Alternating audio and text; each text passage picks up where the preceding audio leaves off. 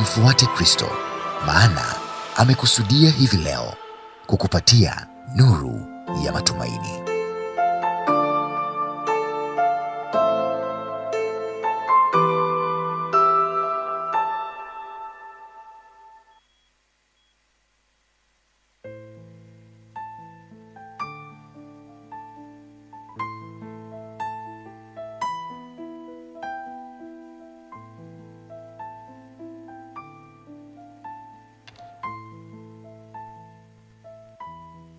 Bwana asifiwe. Bwana asifiwe. 2025 nuru ya matumaini. Amina. Karibuni wote. Nashukuru kwa wakati huu. Natumai ya kwamba Bwana amekuhifadhi, Bwana amekulinda na tutaweza kubarikiwa pamoja. Leo nina kazi mara mbili. Kazi ya kwanza ni kuhubiri, na kazi ya pili ni hiccups. Nina hiccup, kama unajua hiccup. Na nimejaribu kung'ang'ana ile ujuzi yote tunajua: kufungia hewa, kunywa maji baridi, kunywa maji, kufikiria mbali, na ni kama inakatalia. Lakini mchungaji mmoja amekuja hapo akasema kuna kitu kimemvuta kutoka hapa ndani, aje aombe, na ameomba, na ni kama hiyo kitu imeenda. Ikirudi, mkisikia imerudi, muombe. Bwana asifiwe. Lakini hata kama haitaenda, tutahubiri, maana nilijua tu shetani alikuja. Huyo ni shetani, hakuna hati kumwekelea, ni yeye, kwa sababu angekuja jana usiku au ingefanyika asubuhi. Mbona saa hii tu wakati ninakuja hapa? Kwa hivyo mkikutana na huyo shetani mwambie we are not scared of him. Tunajua kichwa iliendanga, mkia ndiye ilifanya nini? Ndio ilibaki. Bwana asifiwe sana. Hivyo basi tunawakaribisha wale wote ambao wako na sisi hapa kanisani. Bwana aweze kuwa nanyi na wabariki tunapoanza hadi tamati. Na pia wale ambao wanaotufuata online pia tunawakaribisha. Tuna shule ya The Giant Planet Dar es Salaam. Kuna watu 30 pale wakiongozwa na Pastor Charles Richard. Pastor Charles, tunashukuru sana kwa kazi ambayo unayofanya. Ubongo external kuna watu 19.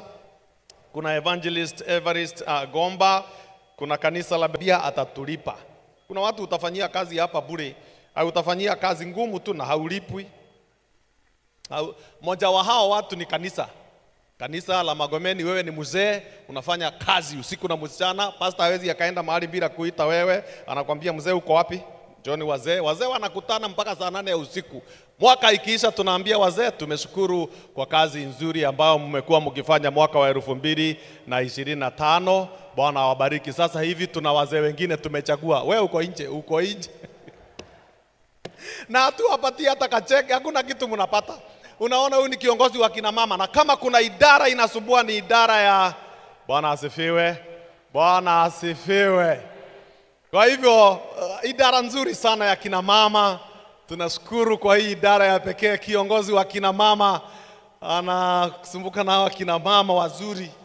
Mwisho wa mwaka tunakwambia sasa, wewe, tulipoenda kwa nominating committee tulichagua Elizabeth. Kwa hivyo wewe hakuna kitu au mnapeangwa kacheki viongozi? Hakuna. Na tunaambia mtalipwa mbinguni. Na tukikuchagua ukatae, tunaimba wimbo na namba 57. Tafadhali hebu tuweze kusimama wote na namba 57. Usikatae kazi yake. Tunakuweka guilt.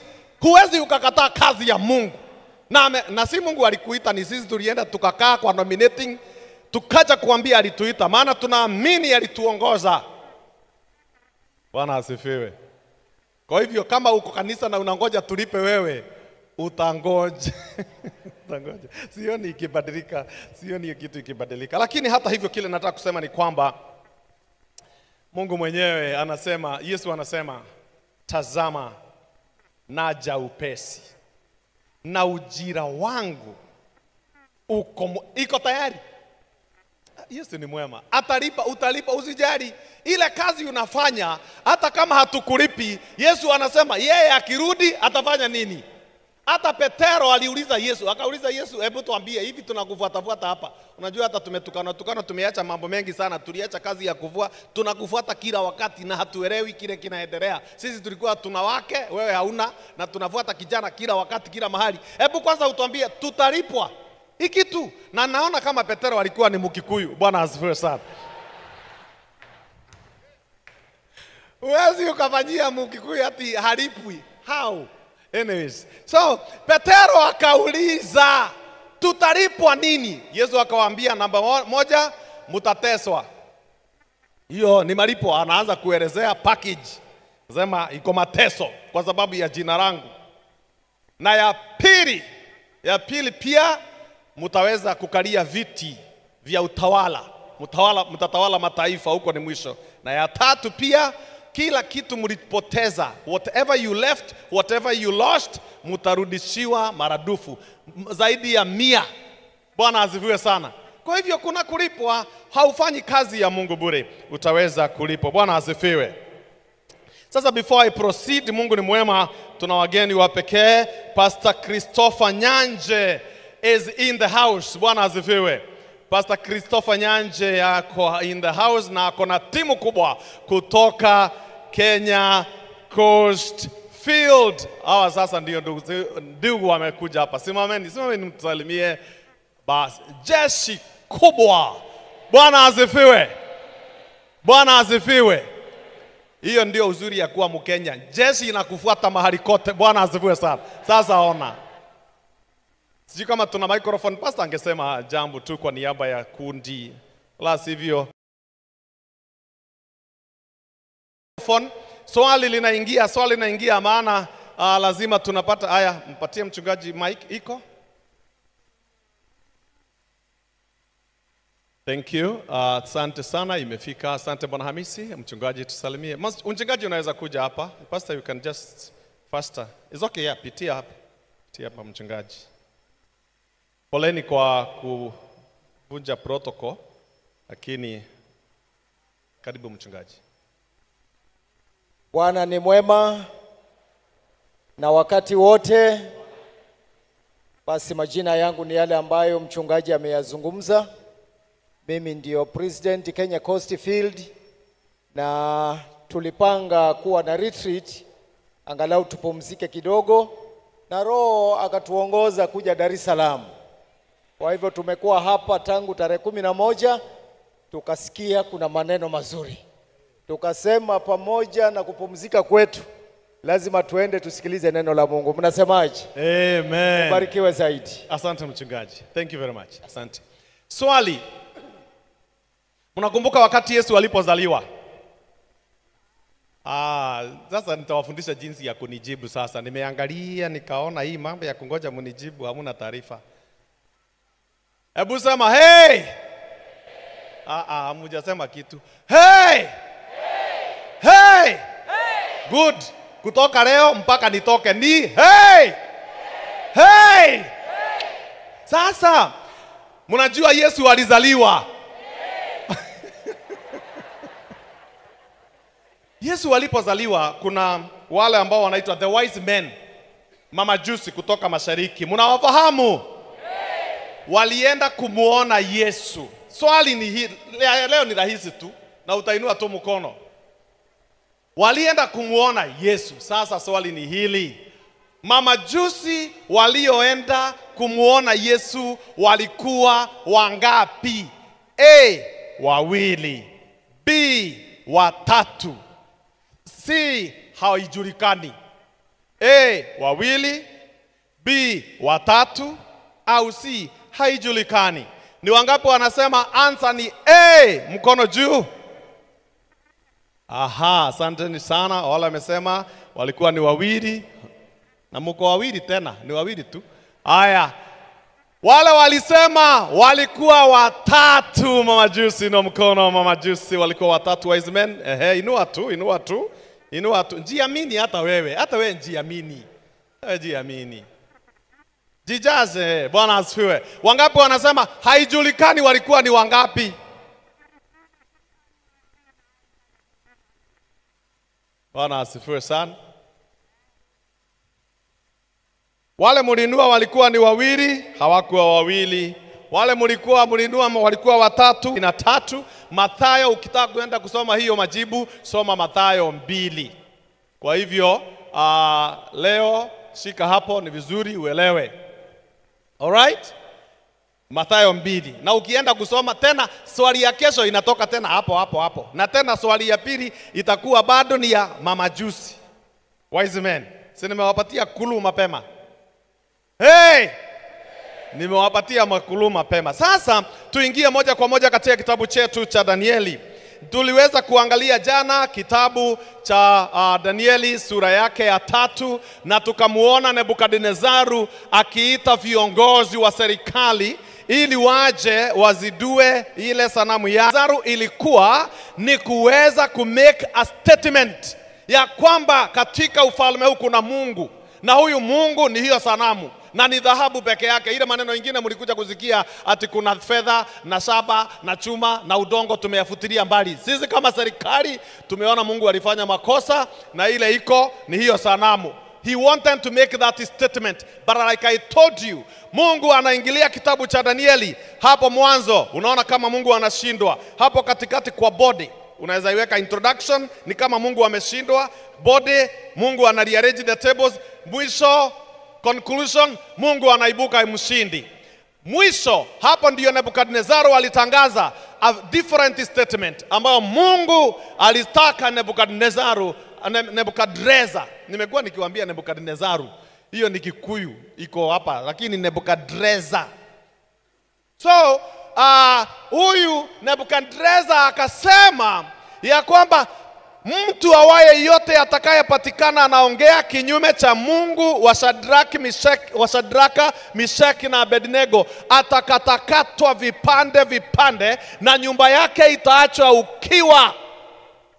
Tena akaweza kuwapromote hawa vijana watatu, watu wote wakiona. Kumbuka wale viongozi ndio walileta maneno kwa juu ya hawa vijana ili waondolewe kwa mamlaka, lakini Mungu wa mbinguni akafanya Nebukadnezaru a change the statement ili hawa watu wakienda nyumbani waende wakiongea mambo mawili ya maana. One, ya kwamba hakuna Mungu mwingine isipokuwa Mungu wa Shadraka, Meshaki na Abednego. Hakuna awezaye kuokoa jinsi hii kama huyo Mungu wao. Hakuna moto unaweza kuangamiza kama vile tulivyoona katika tanuru la moto. Hawakuwa na harufu ya moto, nywele zao zilikuwa sawa, nguo zao zilikuwa sawa. Huyu ni Mungu wa pekee, na kila mtu alide jina la Mungu huyu wa Shadraka, Meshaki na Abednego.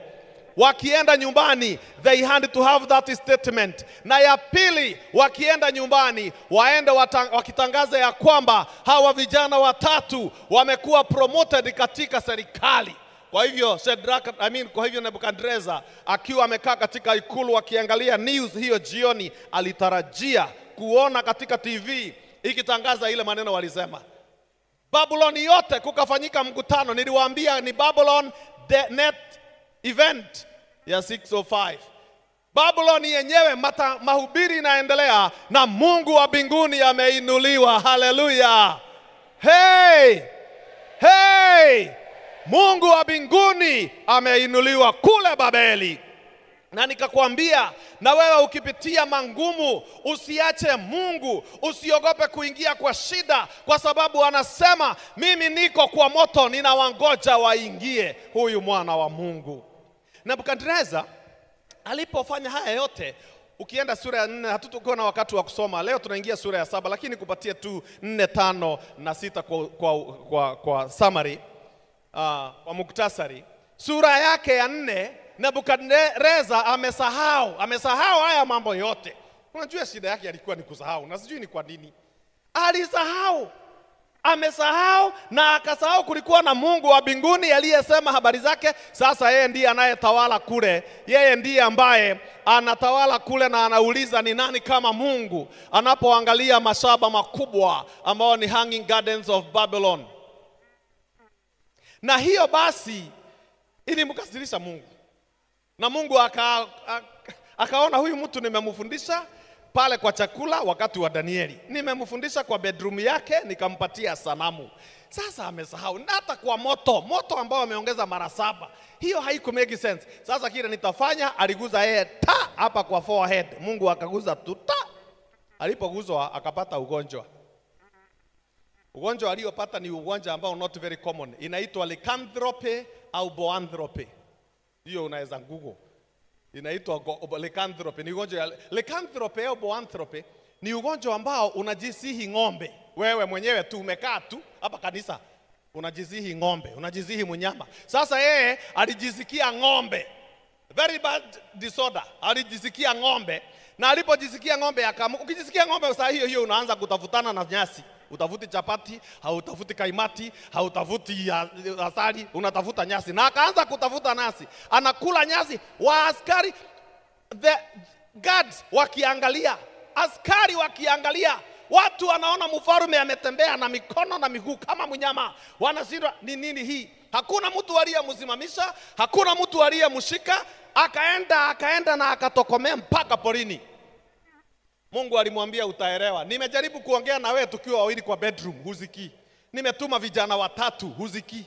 Nimetuma hata Danieli, hauziki. Mkono wangu ulikuwa na wewe, nikampatia Jehoyakimu mikononi mwako, hauziki. Wewe unajifanya Mungu. Sasa wacha nikwambie, nitakutenda kitendo kile sijatendea mtu mwingine. Utakula nyasi miaka 7. Utakula nyasi na hautakuwa na appetite ya chapo. Utakuwa ati mimi leo nasikia chapati. Hakuna. Utakuwa na appetite ya nyasi ambayo haijakatwa, haijakatakatwa na haijapikwa. Utakula nyasi miaka 7. Huyo mwanaume alienda msituni miaka. Kile kinanishangaza ni kwamba sioni mke yake akienda kutafuta huyu mtu msituni. Yani I expect the wife anaita watoto wake at least waende wakatafuta mzee. Akaenda kutafuta. Na hata ilitangazwa tu hiyo siku usiku. Na ifuatayo ni taarifa ya habari. Kwanza muktasari wake mkisomewa na Hamisi. Mfalme Nebukadneza ambaye ni mfalme wa Babuloni amegeuka kuwa mnyama. Siku ya Jumatatu mwendo wa saa 7:30, huyu mfalme Nebukadneza akiwa amekalia kiti chake cha ikulu cha enzi alipatikana akitembea kama mnyama, na aliondokea pale ikulu na wale walinzi walimfungulia mlango na akaenda na akatokomea porini. Mpaka sasa hatujapata habari kile kinachoendelea, lakini tunatumai kwamba bado yu hai. Hivyo tunawaita wachungaji na makasisi na viongozi wa dini, tafadhali muweke huyo mfalme wetu Nebukadneza kwa maombi, ili kama itawezekana arejee kesho katika kiti chake. Mwisho wa muktasari wa habari. Hakurudi. Siku ya pili hakurudi. Miaka 2, 3, 6 hakurudi. Kile kinanishangaza ni kwamba hakuna mtu aling'ang'ania kuwa president ka elections. Sijui kama walifanya elections, I think they did. Lakini kiti ya rais hakuna mtu aling'ang'ania.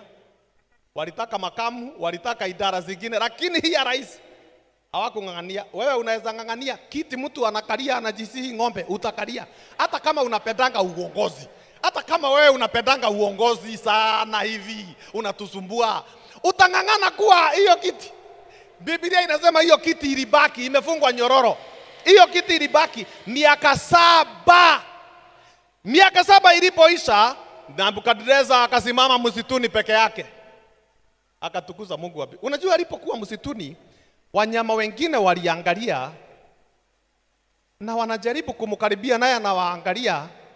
Wanasema tumekuwa hii pori kwa muda na tumeona wanyama wa aina mbalimbali, lakini aina hii ndio hatujaona. Hawajui kama waivamie ama itawavamia, wanaiotokea. Huyo mzee alikaa huko, habadilishi nguo, haogi, nywele zilimea, nguo zilisha, nywele zikamea, makucha yamekuwa makubwa, mnyama. Mwisho wa miaka 7 akainua macho yake juu, akasema sasa nimekubali hakuna Mungu kama wewe. Unabadilisha majira, unabadilisha hata wanadamu. Kama ni wewe umefanya mimi nikule nyasi, wewe ni Mungu. Na mtu acheze na wewe you are something else. Do you know Nebukadnezar atakuwa mbinguni? Ukisoma sura ya 4, na sura ya 4 Danieli hakuandika, ni Nebukadnezar aliandika. Akianza anasema ninawaandikia watu wa mataifa yote na lugha na jamaa mambo ambayo yalinipata mimi. I want you to hear the message from me. Ili muelewe kama mnacheza na huyo Mungu, angalia naye asikufanye ukule makaratasi. Kwa hivyo tafadhali soma na mimi ni funzo. Na kutoka sura 4 hatusikii Nebukadnezar tena.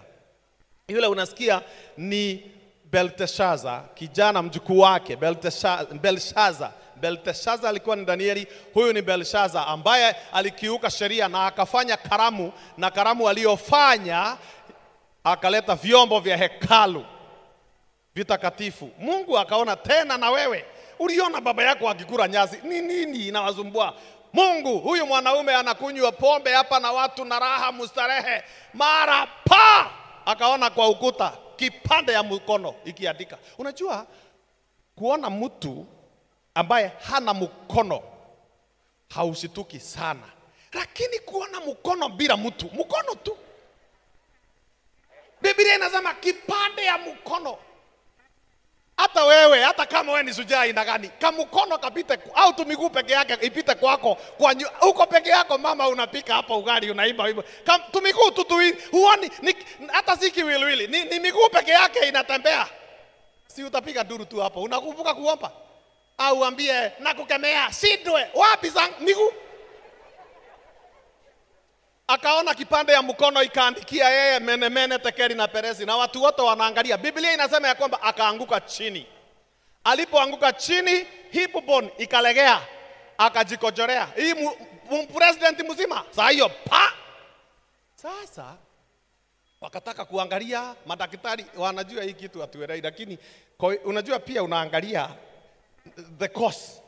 Wanasema before the hand he was, after the hand he is. Sasa unaona shida si hapa, shida ni hii mkono. Wakasoma wakasema hawaelewi kitu, wakatuma Danieli akaja akasoma, akasema Menemene, Tekeli na Peresi. Mzee na ako chini anasomewa akiwa chini. Akaambiwa sikia wewe, mambo yako imeisha leo. Uliguza ile vyombo ulileta, ndio hii ninaona hapa vyombo vitakatifu. Hata baba yako na alikuwa mjeuri, uliona kama aliziguza? Uliona akizitumia? Umekuwa kwa mamlaka miaka ngapi na ukaanza kucheza na huyo? Hukusikia babu yako alikula nyasi? Ni nini hujui? Sasa sikia, Mene umepimwa, Tekeli umeonekana umefanya nini? Umepungua na umepewa Peresi, Wamedi na Wajemi. Ufalme yako you are done. Danieli, wacha nikupatie zawadi, sitaki, you are dying. Saa hiyo Wamedi na Wajemi wameingia, wakawaua, wakamaliza. Dario akatawala na Danieli tena akachaguliwa katika serikali nyingine. Bwana asifiwe. Yeye hakumalizwa. Belteshazzar hakwenda mbali kama baba yake, ikaisha.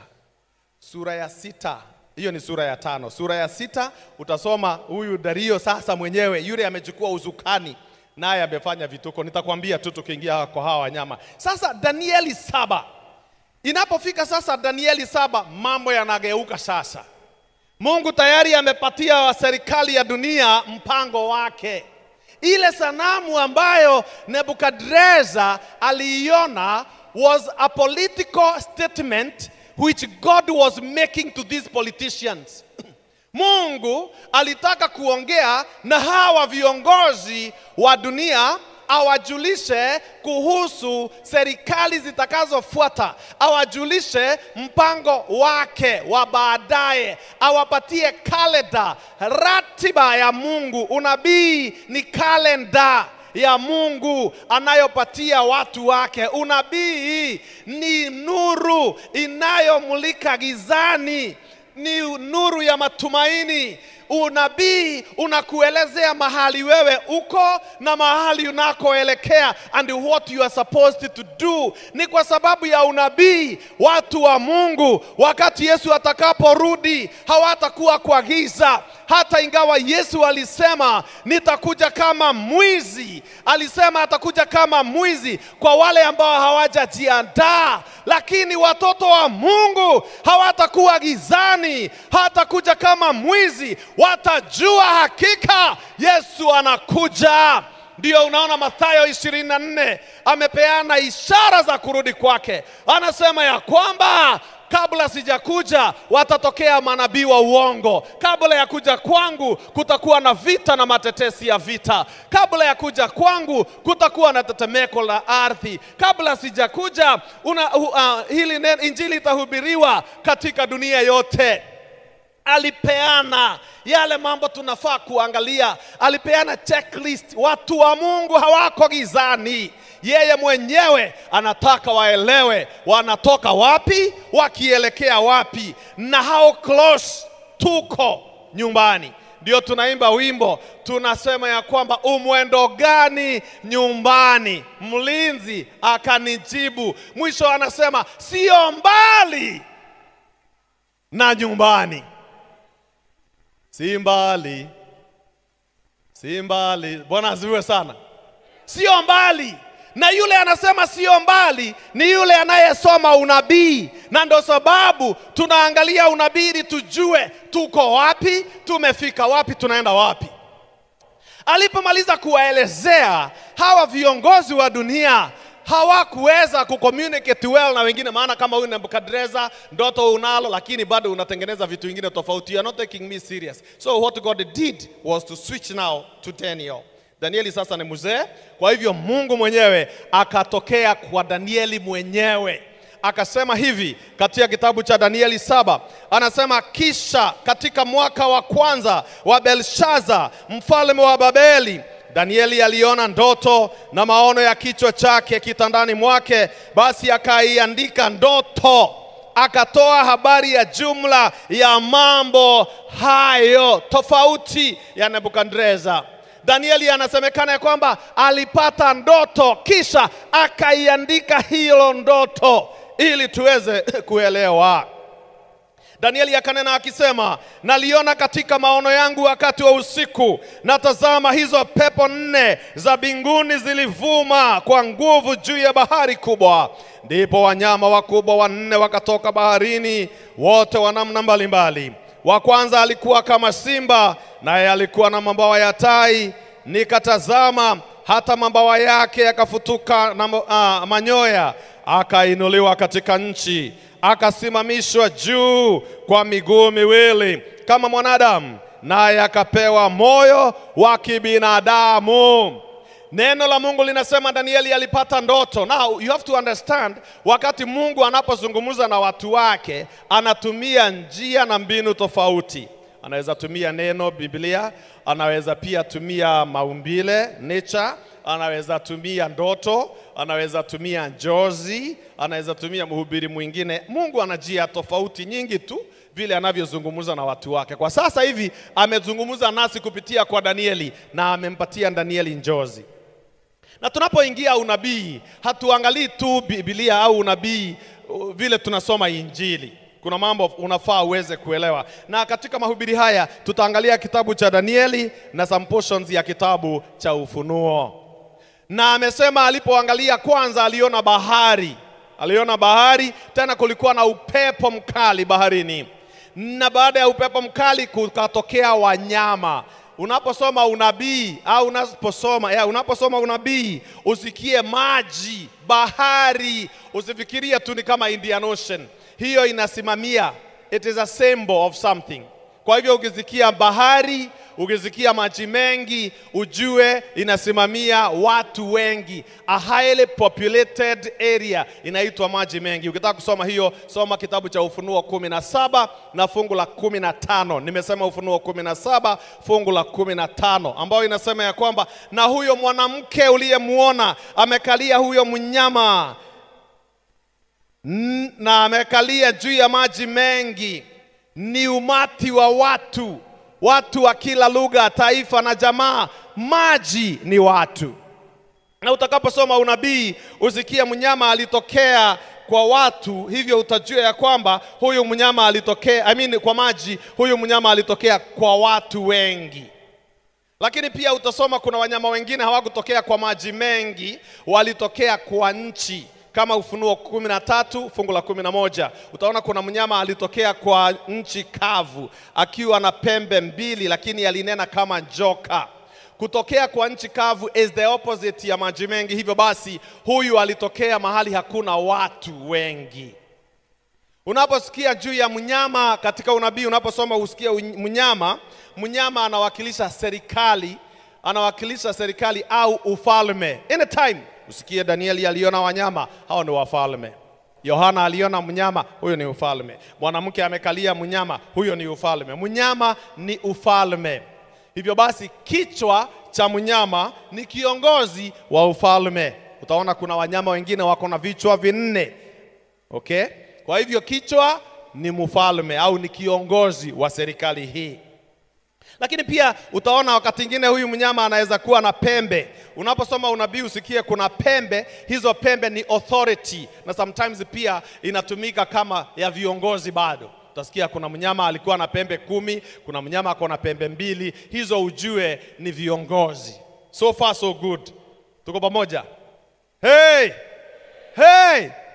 Hey! Tuko pamoja?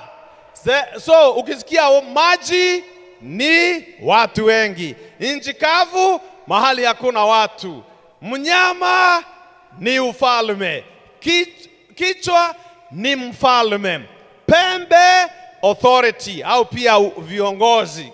Okay? Na wakati mwingine utasikia pia kuna crown, utasikia kuna crown, kuna nyota, hiyo yote ni authority, anything beyond the head. Okay? So Danieli ameona mnyama ambaye ni simba. So inatuelezea kwamba huyu mnyama lazima ni ufalme. Okay? Lakini ni mnyama anafanana na nani? Na simba. Mnyama wa kwanza alifanana na simba. Fungu la 5. Na tazama mnyama mwingine wa pili kama dubu, naye aliinuliwa upande mmoja, na mifupa mitatu ya mbavu ilikuwamo kinywani mwake katika meno yake. Wakamwambia mnyama huyu hivi, inuka ule nyama tele. Mnyama wa pili ni dubu. Mpaka hapo hata wewe unaweza sema I think I understand. Naona kama naelewa kile mchungaji anasema, kwa sababu simba hakai baharini. Kwa hivyo kama simba alitokea baharini, lazima anamaanisha kitu. Na dubu hakai baharini. Kwa hivyo hawa wanyama wote walionekana, na tena ni wanyama wakubwa, the big five. Tumeanza kuona simba, alafu kuna dubu. Simba ni mnyama mkali, the king of the jungle, lakini mwisho alipewa roho ya mwanadamu, alipewa moyo wa mwanadamu, roho ya mwanadamu. Hiyo ni kumaliza simba kabisa. Ukifanya operation, hebu tu assume ya kwamba ukifanyia operation hii roho itafanya kazi, itolewe roho ya simba. Ulienda hospitali uko na shida ya moyo, sijui ni moyo ni roho. Ni moyo ni roho? Moyo. Okay, so ulienda hospitali kufanyiwa moyo operation, heart surgery na hawa madaktari, lakini kukakosekana kabisa, kukakosekana moyo ya mtu, lakini kuna ya simba. Wakaona wacha wakupatie, ukawekwa tu ya ukawekwa, na tuasumu inafanya kazi. Utakuwa kama nini? Kama simba, si ndio? Haya, ile yako itolewe iwekwe simba. Simba atatulia tu. Taona simba amekuja kanisani, unampatia kitu, unampatia nyama hataki, anataka githeri. anataka makanda, anataka viazi. Kwa hivyo hiyo it was a mess. Simba was messed. Hiyo kusikia amepewa hiyo moyo wa mwanadamu, hiyo is a mess. The whole system is messed ya simba, ya hiyo ufalme. Mnyama wa pili ni dubu, ambaye alitokezea ameuma mbavu 3 mdomoni mwake, na akaambiwa inuka ule nyama tele. Lakini huyu dubu alikuwa ameinua upande wake mmoja juu. Hivyo inamaanisha ni falme 2, lakini moja ndio itatawala. Kumbuka yule sanamu wa Danieli 2 alikuwa na mikono miwili. It is the same concept. Huyu dubu ana pande 2, moja imeinuliwa juu. Fungu hilo linalofuata 6, Kisha nikatazama na kumbe mnyama mwingine kama chui, naye juu ya mgongo wake alikuwa na mabawa manne kama ya ndege. Mnyama huyo alikuwa na vichwa vinne, akapewa mamlaka. Mnyama wa tatu pia hakai baharini, lakini alionekana akitoka baharini. Huyu naye ni chui, not a very big animal, lakini ni mkali. Na huyu vile alitokezea, ako na vichwa vinne. Ako na vichwa vinne na mabawa manne. Simba alikuwa na vichwa ngapi? Hey! Simba alikuwa na vichwa vingapi? Dubu alikuwa na vichwa vingapi? Chui ako na vichwa vingapi? Toto ni vichwa vingapi? Yote moja moja nne ni ngapi? 6. Tafadhali usisahau kuna mtihani itakuja. Hiyo nimekupatia, ni mtihani is coming. Sikia fungu la 7. Fungu hilo la 6 ametuambia kuhusu chui. Chui mwenyewe amepewa mabawa. Kwa hivyo unaposoma unabii usikie mabawa. Mabawa ni speed ile anayotumia. Simba alikuwa na mawili, lakini huyu atakuwa ni mkali sana kwa speed, mwendo wa kasi. Fungu la 7 anasema nini? Baadaye nikaona katika njozi ya usiku, na tazama, mnyama wa 4 mwenye kutisha, mwenye nguvu, mwenye uwezo mwingi, naye alikuwa na meno ya chuma makubwa sana. Alikula na kuvunja vipande vipande na kuyakanyanga mabaki kwa miguu yake, na umbo lake lilikuwa mbali kabisa na wale wa kwanza, naye alikuwa na pembe 10. Huyu mnyama wa 4 ametokezea, ni tofauti na wale wa kwanza. Kichwa ni kimoja sawa, lakini pembe, ana pembe 10. Alipoangaliwa na Danieli, huyu ako tofauti kabisa na wale wa kwanza. Fungu la 8 linasema, nikaziangalia sana pembe zake, na tazama pembe nyingine ikazuka kati yao, nayo ilikuwa ndogo, ambayo mbele yake pembe 3 katika zile za kwanza zikang'olewa kabisa. Na tazama, katika pembe hiyo mlikuwa na macho kama ya macho ya mwanadamu, na kinywa kilichokuwa kikinena maneno makuu, maneno ya makufuru. Huyu mnyama ametokezea na design yake. Ana makucha ya chuma. Huyu mwenyewe meno ni ya shaba. Huyu mwenyewe anaitwa mnyama wa kutisha. Danieli hakupata jina ya kupatia huyu mnyama. Ako na pembe 10, lakini Danieli alipotazama katika hiyo jozi yake ya usiku, alipotazama vizuri, akaona kuna pembe mwingine mdogo ambaye anamea baada yao na katikati yao, na si mkubwa sana, lakini ameendelea kupata ukubwa. Na alipoangalia, ako na macho na mdomo kama ya mwanadamu, na unaonena maneno makuu, maneno ya makufuru. Pembe wengine walikuwa tofauti, maana hawakunena. Unajua ni kwa nini wengine hawakunena?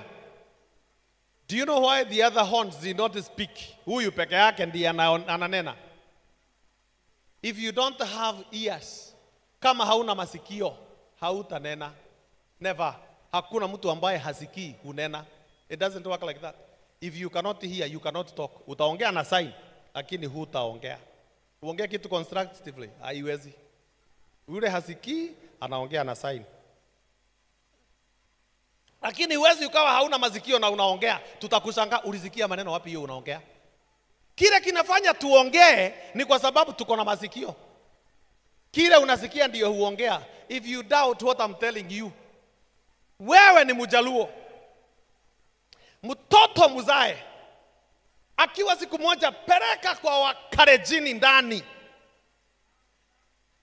Wacha akae mpaka akiwa miaka 6. Analelewa na Wakarejini. Akianza kuongea ataongea lugha gani? Hamjui Wakarejini ni nini? Basi wacha niwaulize wale mnajua. Huyu ni Mchaga, mtoto Mchaga, kamezaliwa tu, kakapeana kwa Wamasai, kanalelewa na Wamasai. Miaka 5 ikisha kataongea lugha gani? Kimasai. Kwa sababu you speak what you hear. That is the reason why we speak. Kile kinafanya mnaongea Kiswahili ni kwa sababu mlizaliwa mahali kuna Kiswahili. Kama mlizaliwa hapa ni Kichinese, mungekuwa mkichingchong. Chinese. Kwa sababu hiyo ndio unasikia. You speak what you hear.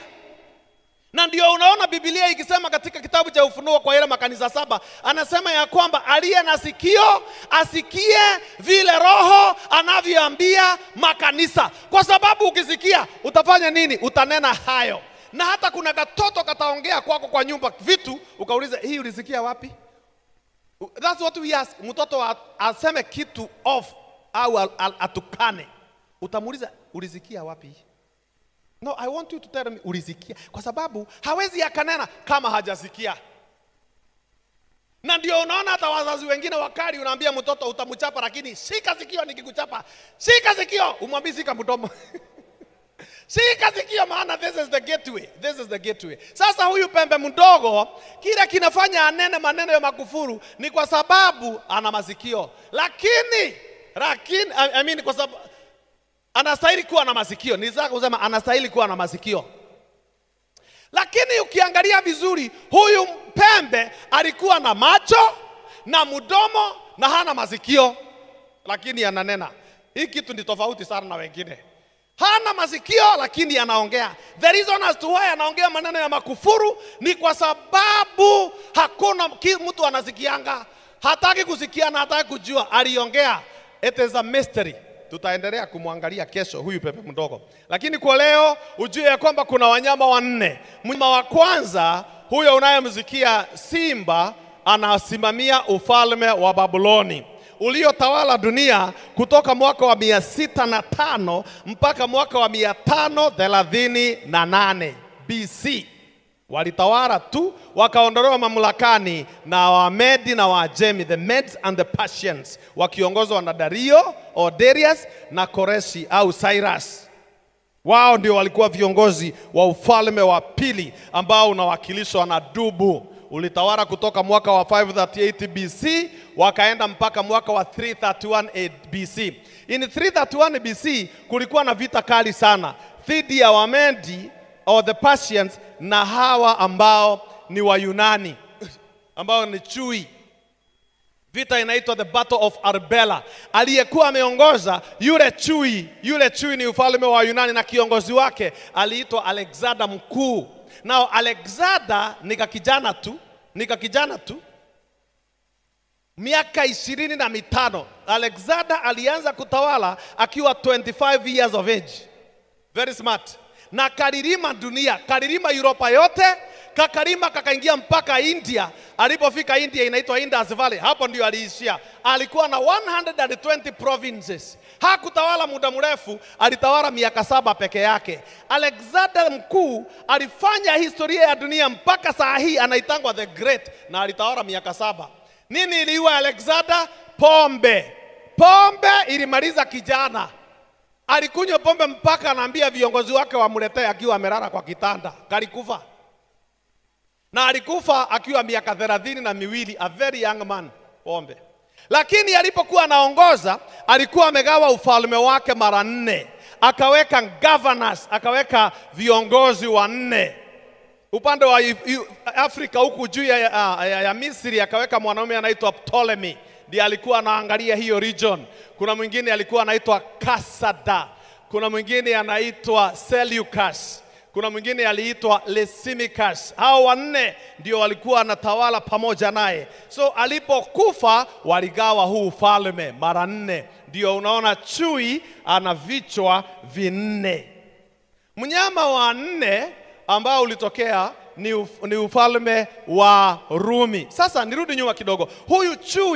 Huyu chui alifanya watu waweze kuongea lugha yake Kiyunani. He really influenced the world na Kiyunani. Mambo ya madawa, mambo ya marathon, mbio unazoona nyingi sana, origin yake ni Athens kule Greece. The Grecian Kingdom.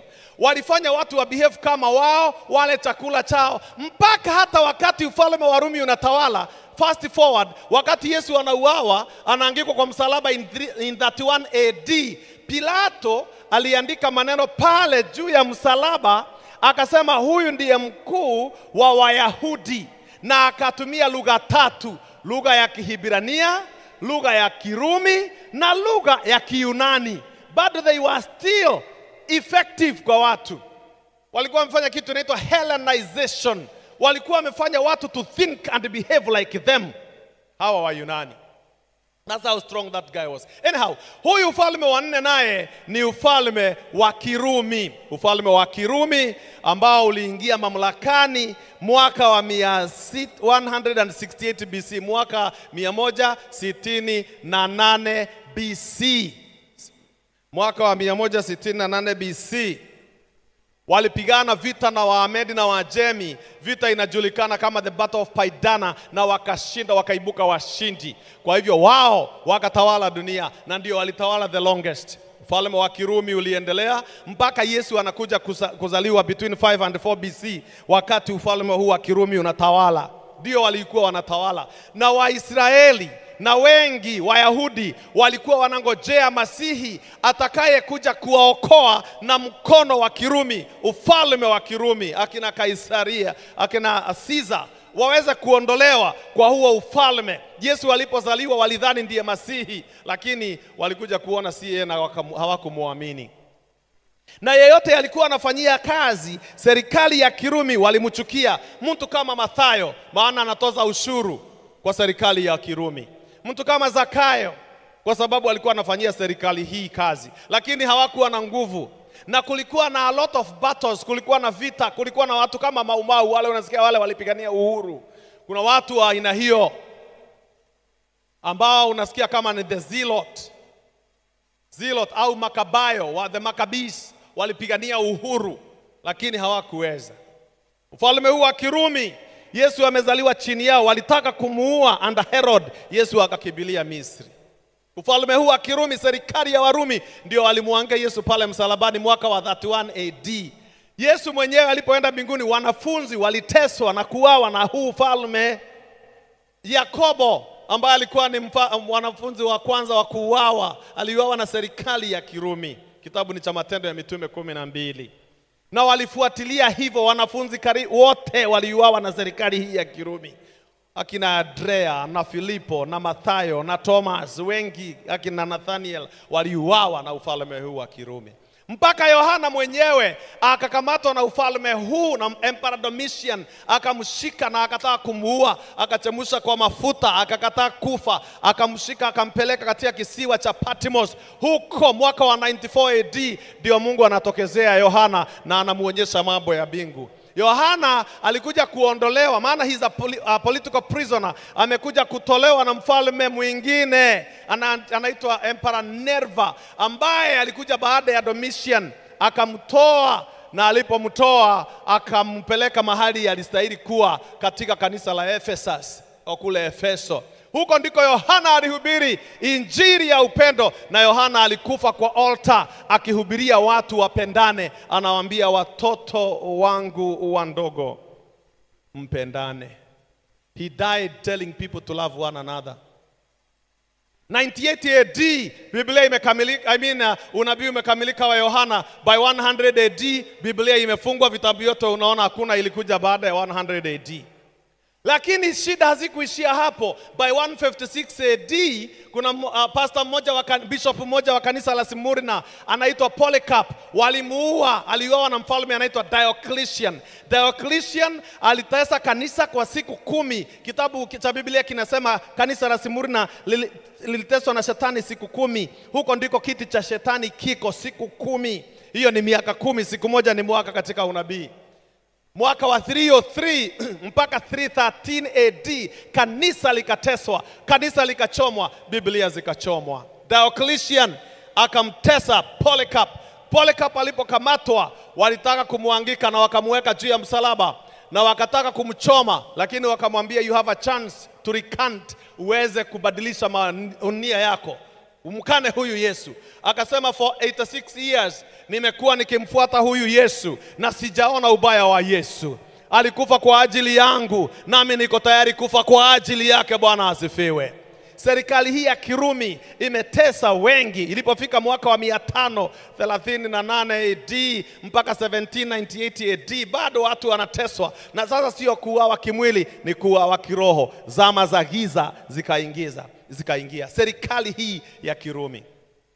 Sasa mwaka wa 476 AD, 476 AD, ufalme huu wa Kirumi ukawa na internal conflict, ikapasuka na wakatokezea viongozi wengine, falme zingine 10 zikatokezea 10. Zile tunaita European communities.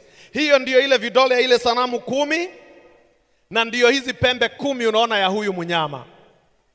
Lakini huyu pembe mdogo ni nani? Kesho usikose tunapoingia tuangalie huyu pembe mdogo, maana Danieli anapoongea atatuambia kwamba hana shida na mnyama wa kwanza, wa pili na watatu, ana shida na huyu mnyama wa 4 na zaidi huyu pembe mdogo. Tutamwangalia siku ya kesho, lakini kwa sasa uelewe ya kwamba Mungu anapozungumza neno, ningetaka niende karibu mwisho wa kitabu cha Danieli, kwa sababu kuna neno pale ningetaka uweze kuelewa kule tunakoelekea na huu nabii. Anasema hivi, nataka kusoma mafungu ya yale ya mwisho 26. Anasema, lakini hukumu itawekwa, nao watamuondolea mamlaka yake, kuipoteza na kuiangamiza hata milele. Fungu la 27, na ufalme na mamlaka na ukuu wa ufalme chini ya mbingu zote watapewa watu wa watakatifu wake aliye juu. Ufalme wake ni ufalme wa milele, na wote wenye mamlaka watamtumikia na kumtii. Huu ndio mwisho wa jambo lile. Neno la Mungu limesema ya kwamba, lakini hukumu itawekwa, nao watamuondolea mamlaka, na ufalme na mamlaka na ukuu wa ufalme utapewa wale walio watakatifu wa yule aliye juu. Ufalme na mamlaka na utukufu na ukuu wa ufalme chini ya mbingu zote watapewa watu wa watakatifu wake aliye juu, na ufalme wake ni ufalme wa milele na milele, na wote wenye mamlaka watamtumikia na kumtii. Kumbuka Danieli ana swali akienda Babeli. Anajiuliza kama Mungu bado wako katika utawala. Are you still in control? Na Mungu amejibu Danieli. Anamwambia Danieli, usihofu. Wafalme wengine watakuja, watakuwa wakali kama simba, wengine watakuwa kama dubu, wengine watakuwa kama chui, wengine ni wakutisha, wengine watalitukana jina la Mungu aliye juu. Lakini Danieli, elewa jambo hili ya kwamba hizo falme zitapita na Mungu atawapatia watakatifu wake ufalme wake, maana ufalme wake ni wa milele na milele. Hivyo anakuambia ya kwamba kile tunachopita sasa ni kwa muda tu, maana ufalme wa simba utatoka, ufalme wa dubu utatoka, wachui na wakutisha watatoka, lakini Mungu atawapatia watakatifu wake, wale wanaomcha huyu Mungu na wanamwamini, ndio watakaopata ufalme.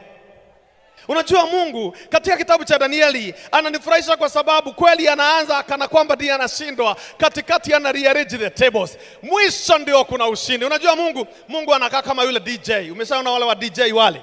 Wa DJ amekaa hapa kwa chombo chake hapa, unaona ya kwamba wimbo unauzikia ni wimbo unaendelea, alafu unasikia mara moja wimbo umechange. Ulikuwa unasikia wimbo ta ta ta ta ta ta ta ta tan tan tan tan ta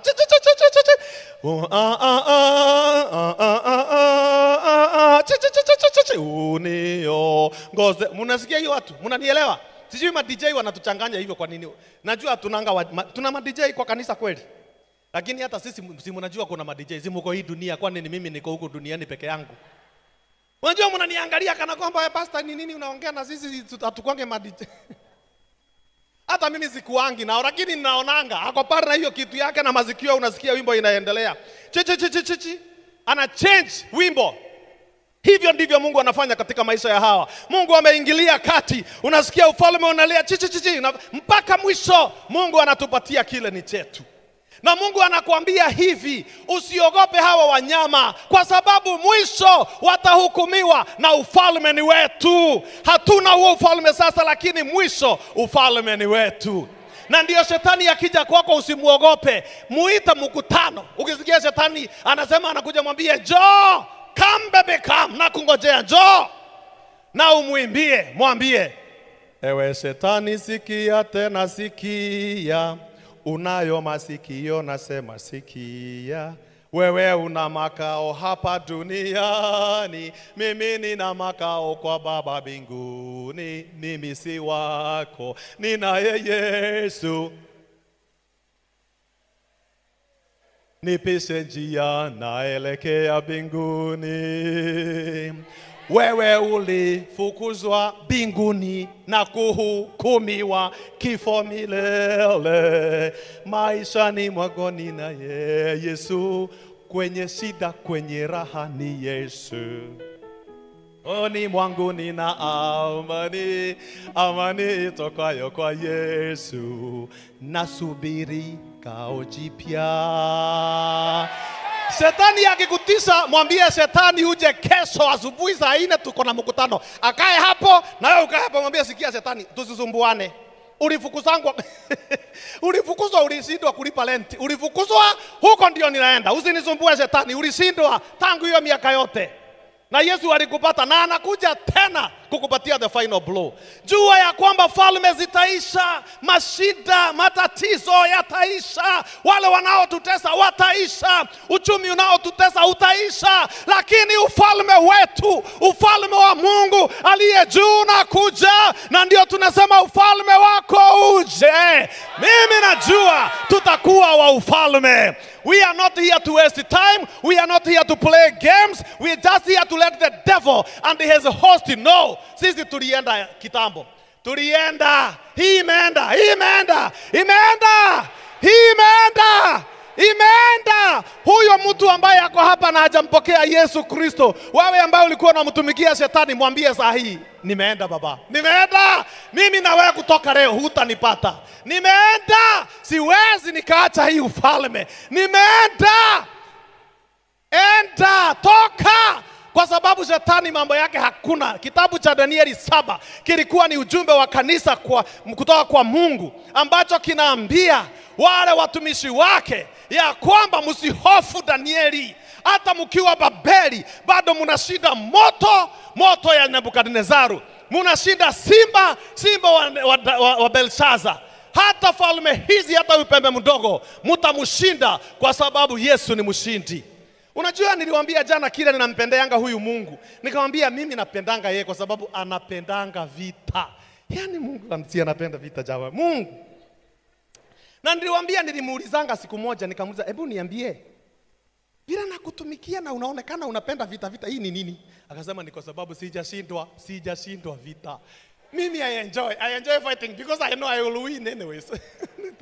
Huyo ndiye Mungu ambaye mumemwamini, huyo ndiye mmekuja hapa kwa sababu yake na mnaamini Yesu Kristo. Kama uko upande ya shetani ni sawa, lakini nakuhakikishia saa hii kwanza mumeshindwa. Yesu anasema simama upande wake. Ufalme ni huo ndio ufalme ambao una win. Wangapi watasema jioni ya leo ya kwamba Mungu nashukuru ya kwamba niko katika huo ufalme? Simama tu kwa miguu yako, na ukiweza unaweza songa tu mbele hapa. Anybody just come up. Ukijua ufalme, ukijua ya kwamba wewe ni wa ufalme wa milele, njoo mbele. Usingoje huyo mwingine, ni wewe. Ninaambia kama kweli unasimama na huu ufalme wa Mungu, njooni wote ambao mnasema acha tushirikiane. Let us get together and the devil to see. Na ninauliza wale ambao wamekuja ni mara yao ya kwanza, tafadhali nyanyuka uje mbele ya wengine. Wengine wote tunakuja kwa maombi, tulikubaliana tutaomba wote. Lakini kama wewe ni mgeni siku ya leo, kama wainjilisti mko hapa mmeleta wageni, njoo na wageni wako hapa. Walete hapa mbele. Wewe ni mgeni, haujamkubali Yesu Kristo, bado haujampokea, lakini unasikia leo ungetaka umpokee huyu Yesu awe Bwana na mwombezi wa maisha yako, njoo. Usisimame tu na kubaki kwa kiti, hiyo sio kuja. Ukisimama piga hatua hata kama ni 3. Hata shetani aone haya umeenda, mwambie yeye imeenda. Songeni tu mbele kwa sababu kuna wengine wako nyuma yenu. Kama uko hapa ungeomba ya kwamba uandaliwe kwa ubatizo. Kama uko hapa unaomba ya kwamba Bwana nipokee, nataka nikubali wokovu wako, njoo mbele. Just come over. Kuja mbele ya wengine, piga mstari hapa. Kama nyuma yako kuna mtu amesimama hana nafasi, muondokee naye aweze kupita. Tunataka kuomba pamoja. Na kusubiri tuje hapa, naona wengi wamekuja hapa mbele, lakini kama uko huko nyuma na unataka kuja hapa mbele, tafadhali penya tu, mwambie huyu kwa nyuma yako akupatie nafasi, na ukisikia unaguzwa kwa mgongo, muondokee yule anapita ili aje. Tungeomba ya kwamba aje. Johnny, wale